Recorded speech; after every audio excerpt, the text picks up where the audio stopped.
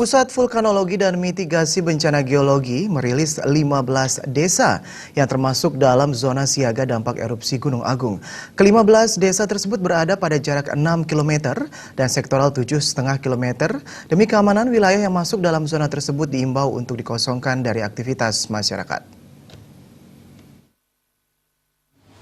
Mempunyai kegiatan yang tidak stabil. Setelah penurunan status Gunung Agung dari awas menjadi siaga, Pemkab Karangasem mengumpulkan seluruh perbekal se-Karangasem untuk merencanakan langkah-langkah selanjutnya.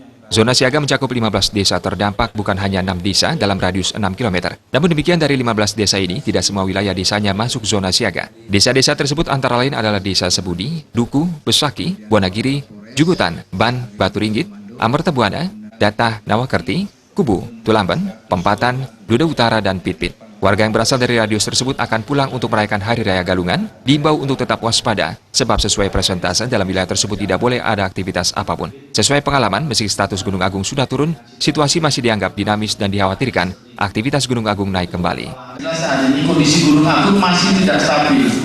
Posisi 3 ini tidak stabil dan risiko tinggi karena penduduk masih ada di sana, aktivitas banyak sekali masih dilakukan di zona yang sudah kita larang.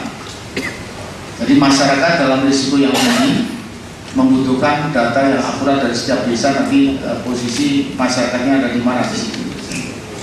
Nah, ini yang menjadi saat ini jadi tantangan dari kita. Meskipun dikembalikan, tetapi risiko ini menjadi lebih tinggi karena dia lebih dekat. Karena kalau kemungkinan nanti naik, berarti mereka juga akan terjadi pengungsian yang besar-besaran lagi, dan itu menjadi berisiko.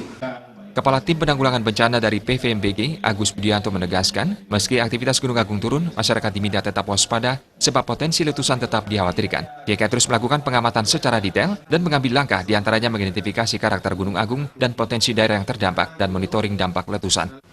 Bagaimana kita hidup berkolaborasi dengan gunung ini. Ya. Jadi sekali lagi hanya 2 hal yang ingin kami sampaikan.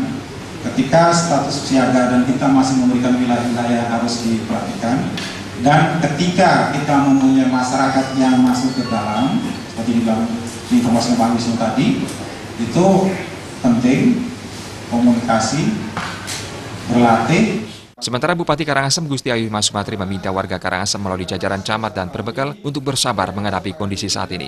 Selain itu, warga yang berasal dari 15 zona tersebut diminta meningkatkan kesadarannya menjauhi zona siaga untuk menghindari hal-hal yang tidak diinginkan dan mencegah korban jika Gunung Agung benar-benar erupsi. Ari Wiratmaja, Bali TV.